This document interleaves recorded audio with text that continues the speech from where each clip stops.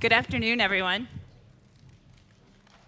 You know, it's ironic that I get here to be with you this afternoon to tell you why I'm so excited about crypto. And the reason it's so ironic is that the first time I ever heard the word Bitcoin was back in 2012 when I was a federal prosecutor at the US Department of Justice. And I heard the word Bitcoin because I was asked to prepare an investigation and a case against it and to help shut it down. And this was one of the early misconceptions out there about cryptocurrency, that you could shut something down like Bitcoin. That would be like saying, let's go shut down cash or the internet. Not only not possible, but also not desirable. And as I learned more about the technology and did my own research, met teams in the space who were building projects, and discussed this with colleagues, I learned that a lot of the misconceptions and that a lot of the myths just weren't accurate. And I also, at the same time, began to realize how profoundly this technology could change the way we do all sorts of things. Fast forward to today, 6 years later, and I co-lead our crypto fund with my partner, Chris Dixon. And I also teach cryptocurrency at Stanford Business School. But all these years later, I'm still debunking some of those same myths. Myths like cryptocurrency is just completely anonymous, so really it's only useful for criminals and money launderers. Now, how do I know that's just a myth? Well, I spent over a decade as a federal prosecutor. And during that time, I put murderers, organized criminals, money launderers, hackers, and identity thieves behind bars. In fact, I'm the prosecutor who put some of the earliest Bitcoin criminals in jail. And right now, I want to tell you one of those stories. But it has a twist, because it involves crypto being used to catch the bad guys. This is a story about a failed murder for hire, the Silk Road marketplace, a pair of corrupt federal agents, and the almost complete and utter destruction of evidence in the case. Now, how many of you in this room have heard of the Silk Road? Can I see a show of hands? Oh, well, a lot of you, okay. Not everyone, though. For those of you who don't know, the Silk Road was a darknet marketplace where you could buy everything from heroin to fake passports and pretty much everything in between. Now, was this a criminal enterprise? Or was this a libertarian paradise? Depends on your viewpoint. But the one thing that we can all agree on is that anonymizing technologies, things like Tor or the Onion router, or pseudonymous technologies, things like Bitcoin, were making it really hard for the government to find out who was running the Silk Road, who was the mastermind behind the Silk Road. But the government was sure going to try and find out. In fact, 2 federal task forces were back on the East Coast trying to do just that, to find out who was running the Silk Road. Where in the world were they located? And up on your screen, you see one of these task forces that was comprised of things like you've all heard of, the FBI, the Marshals, the DEA, and a whole other host of alphabet soup of agencies. And this task force was trying to find out who is running the Silk Road. But all they knew at the time was that person or persons went by the moniker DPR, short for Dread Pirate Roberts, taken from the movie The Princess Bride. They had no idea who he or she was. But as I mentioned, these task forces were determined to find out. And they had a secret weapon. They had an undercover federal agent. Knob was his cover name. And Knob's cover was that he was a drug lord with connections to the criminal underworld. And Knob's mission was to befriend DPR in an effort to identify him or her, and find out where DPR was. In fact, up on your screen here, this was the verification photo that Knob provided to DPR in an effort to prove he was the real deal, a real criminal. And funny enough, it worked. Knob and DPR became online confidants, and they chatted online daily by encrypted messaging applications for years. And during these chats, Knob got a lot of details that were really important to the government in locating and identifying DPR. Things like, what time zone was DPR typically logged in? What did he or she eat for dinner? What was the favorite music? These kind of innocuous tidbits really helped the government find out who DPR really was. And if you've read through some of the journals that DPR was keeping during this time, you'll see the two became quite close. Now, 2013 was not a good year for the Silk Road. A couple bad things started happening. The first bad thing was that DPR started getting extorted by a person who went by the moniker Death from Above. And Death from Above was threatening DPR, saying, unless you pay me hundreds of thousands of dollars, I'm going to reveal your identity to law enforcement. And it wasn't just Death from Above. Another person who went by the moniker French Maid. French Maid was selling DPR information into the government's investigation for hundreds of thousands of dollars of Bitcoin. And French Maid was predicting that the end was near for the Silk Road and the feds were closing in. And amidst all this, something else really bad happened. And that is that overnight, 21,000 Bitcoin, worth today about $150 million, went missing from Silk Road vendor accounts overnight. And this caused a lot of pressure for DPR, because a lot of those vendors were not very happy. So DPR had no choice but to launch an internal investigation. Who stole this $150 million from Silk Road vendor accounts? So he launched an internal investigation, and he quickly concluded, or one of his right-hand men, Curtis Green was to blame. And he suspected Curtis Green because Curtis Green's password, computer, username, and credentials had been used to reset Silk Road vendor accounts. Now, Curtis Green, by day, was a grandfather in Utah. But by night, he was an administrator for the Silk Road. DPR put out a hit on Curtis Green, ironically turning to Knob to do that hit. Remember, Knob is an undercover federal agent. And DPR paid Knob $80,000 to torture and kill Curtis Green. Now, of course, DPR didn't know at the time that Knob was a federal agent. But he also didn't know at the time that Curtis Green had already been arrested by that same federal Silk Road task force. And that as part of his arrest, he had decided to flip and turn state's witness and cooperate with the feds. And as part of that cooperation, Curtis Green had turned over his laptop, username, and credentials to the federal agent task force, including to Knob. Now, when the feds learned of this $150 million theft, and remember, they knew about it because Knob had been hired to do this hit, they confronted Curtis Green. They told him, you're not going to make a very good cooperating witness if you don't come clean on this. But Curtis Green was insistent. He'd done nothing wrong. He pointed out he'd even turned over his computer, passwords, and credentials to that federal agent task force. So Knob and his fellow federal agents went about staging Green's torture and murder. They provided DPR photos like the one here. They also told Curtis Green not to ever leave his house again. Now, eventually, the government discovered that DPR was none other than Ross Ulbricht, who was living in San Francisco and running the Silk Road from San Francisco. But it wasn't enough that they knew that he was Ross Ulbricht. They needed to catch him in the act of running the Silk Road, and the reasons were twofold. One, they didn't want Ross Ulbricht to later claim he'd been framed, and two, they didn't want him to be able to flip a kill switch and to destroy valuable evidence.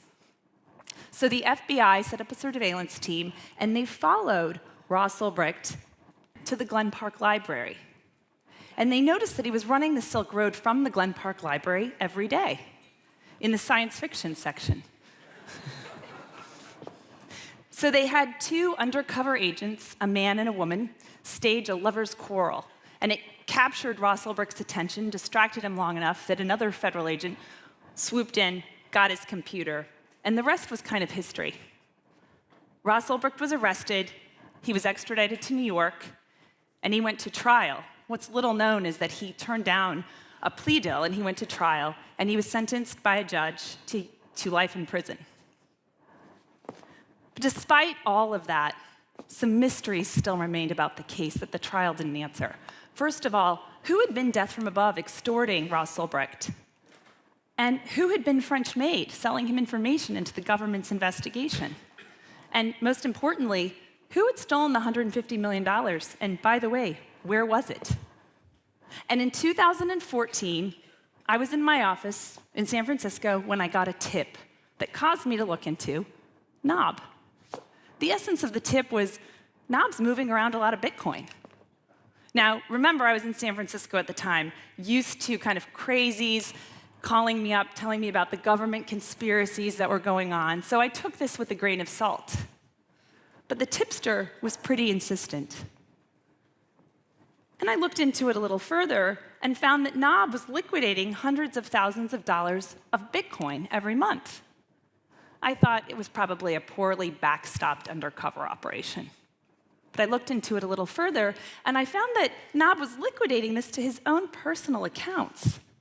And when I subpoenaed some of those entities, what I found was that Knob, with his badge, was telling them to delete all of the transaction history. So now I was getting suspicious too. Here's where the blockchain comes in. You're going to hear later this afternoon from some of my colleagues all about crypto networks and blockchain technology. But what I want you to understand right now is that the blockchain, for our purposes, is nothing more than a shared global distributed database that keeps track of transactions, in this case, Bitcoin transactions. It's public, so anyone can go look at it. It's immutable and permanent, which means that once information about transactions is on the blockchain, it's there for good. It's a digital timestamp in this regard. It's also reliable because information on the blockchain is cryptographically verified.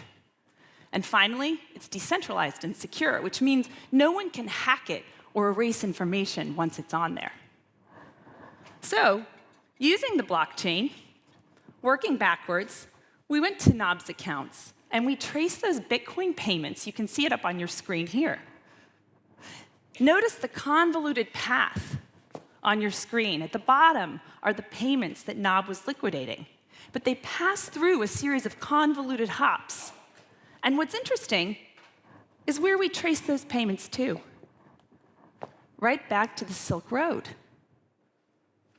It turns out that those payments, when we compared them and the timing to Ross Ulbricht's journals of when he had paid French Maid, turns out that Knob was French Maid.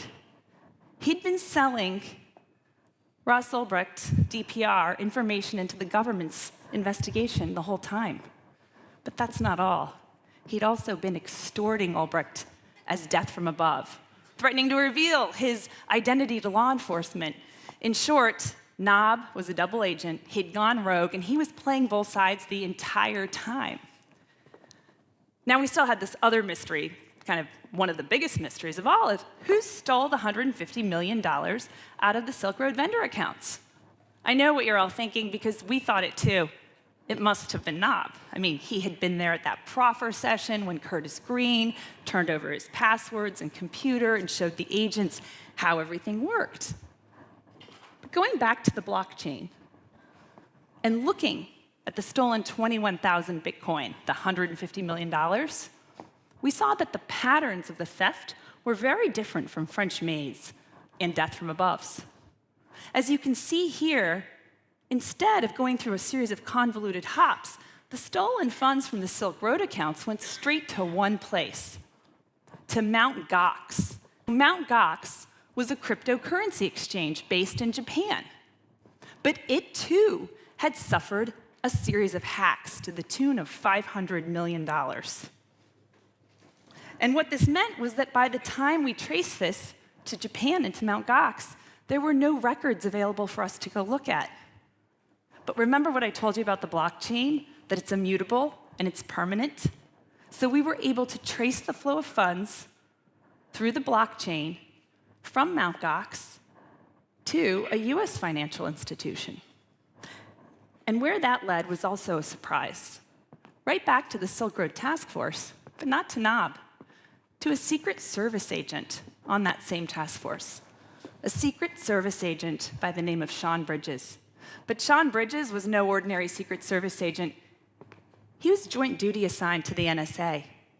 He was also the federal government's foremost expert in Tor and anonymizing technologies.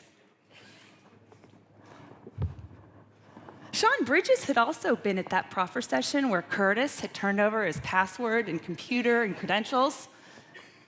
And that night, Sean Bridges went home using Curtis Green's computer, username, credentials, and password, and drained Silk Road accounts of 21,000 Bitcoin, about $150 million today. And he framed Curtis Green. And then he stood by the next day where his fellow agents on the task force confronted Green and told Green to come clean. And he also stood by knowing that Ross Ulbricht had put a hit out on Curtis Green. In fact, Sean Bridges helped stage those proof of death photos and helped stage the torture and murder of Curtis Green. So later that year, we brought charges against both of these agents for embezzlement, extortion, international money laundering, and obstruction of justice. Things really out of a movie. And in fact, if you can believe it, some of the guys in this story had movie deals and book deals.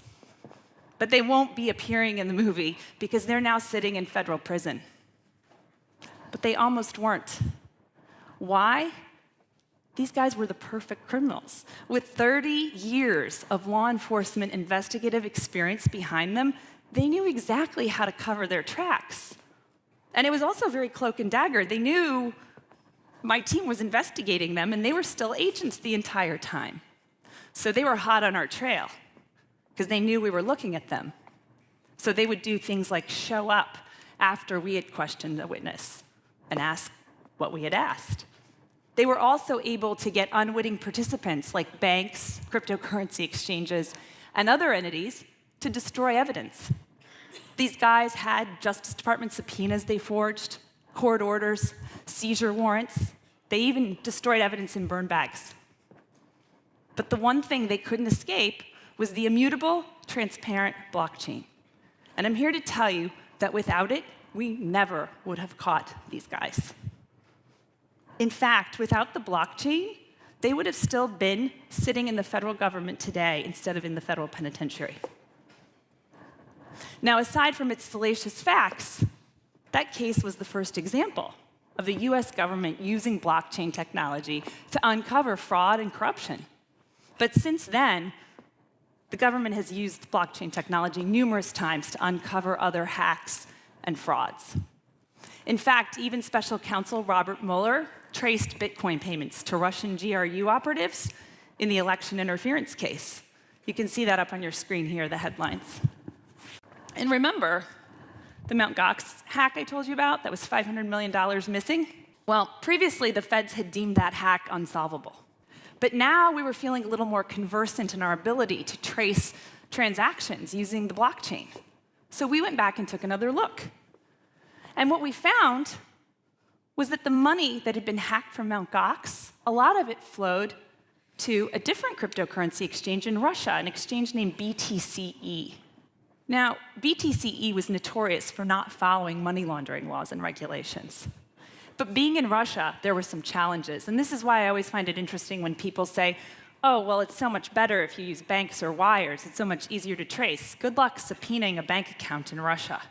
Even Google here in California gave us a hard time about turning over BTCE email records, despite that we had a court-ordered search warrant.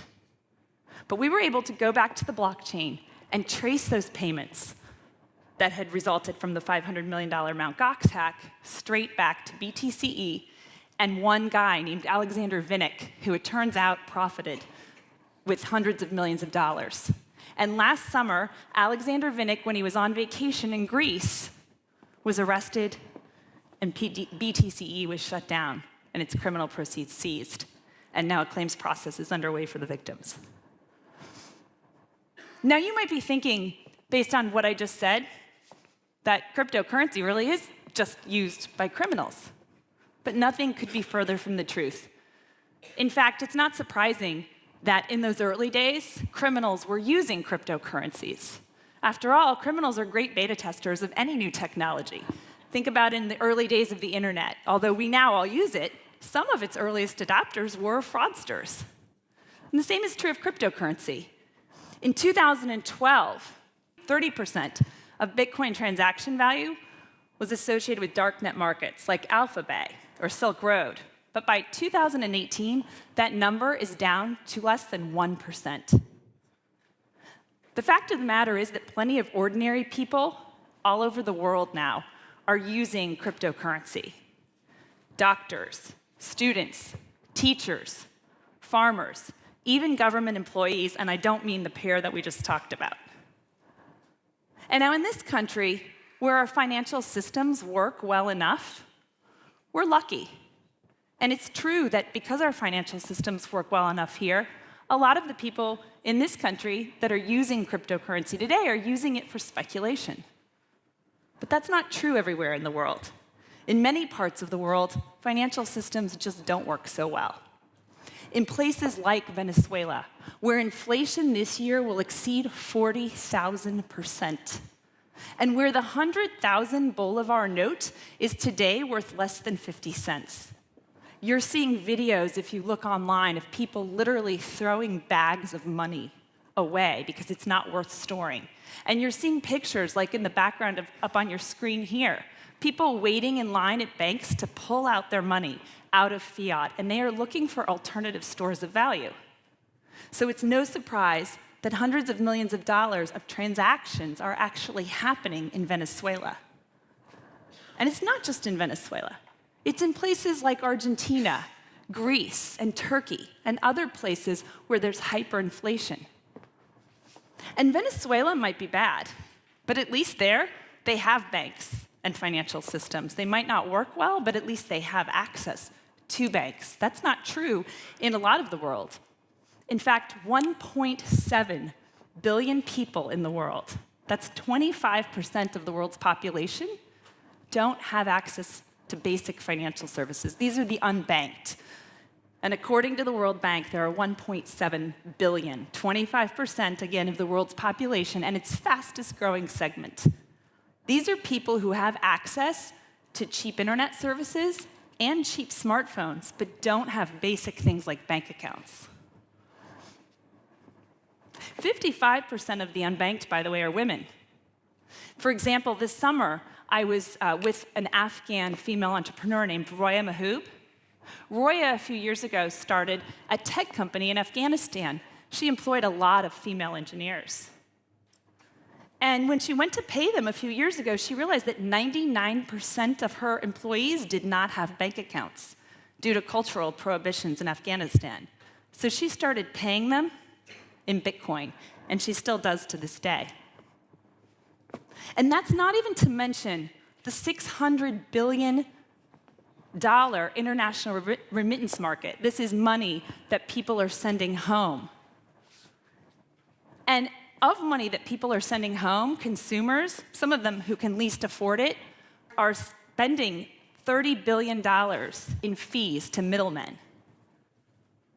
And that $30 billion in fees to middlemen isn't just really wasted money, it's also time. As anyone in this room who has ever tried to send a wire abroad knows, it takes so long. I mean, if you think about it, it's certainly crazy that in 2018, with smartphones, it takes longer and it costs more to wire money to another country than it does just to carry a suitcase of cash on the plane. And cryptocurrencies are poised to change that. Now, you may be thinking, these sound like very fabulous use cases, but this is very different than what I see and hear about cryptocurrency today. The crypto I know is slow, it's volatile, it's hard to use, it's hard to understand, creates pollution. There are all these issues that we hear about it. And the important thing to understand here is that we are still in the dial-up days of cryptocurrency and crypto networks. I mean, this is just getting started. And we really can't begin to understand the ways that this is going to change the way we live, work, and communicate in all kinds of ways. And if you look at the history of innovation, it often follows a similar path. I mean, even going back to the days when the first cars were created, many people preferred the horse and buggy. It's hard to believe, but they thought the horse and buggy is faster, it's more efficient. And just look at this video.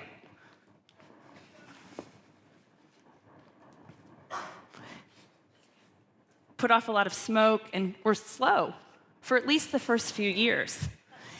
The architecture, the infrastructure, the services needed to be built out. Architecture and services like roads and gas stations before we could get to this. And the same is true, by the way, of the early days of the internet. Imagine if in 1994 I would have told you that you'd hold a small device in your pocket from which you would stream 2-hour movies on demand, shop for groceries, order a car, store your games and your photos, and really do all kinds of things. You would have told me I was crazy because your modem wouldn't stay connected long enough to fire off a single email. Really, we had to wait for that infrastructure and the services to be built out before the internet could not only change the way that we communicate, but change the way we live and work in all kinds of ways we couldn't imagine then. And the same is true of crypto. It is tempting, with the headlines out there, to confuse the current state of the innovation with the end state of the innovation. And to do that would be a huge mistake. Thank you very much.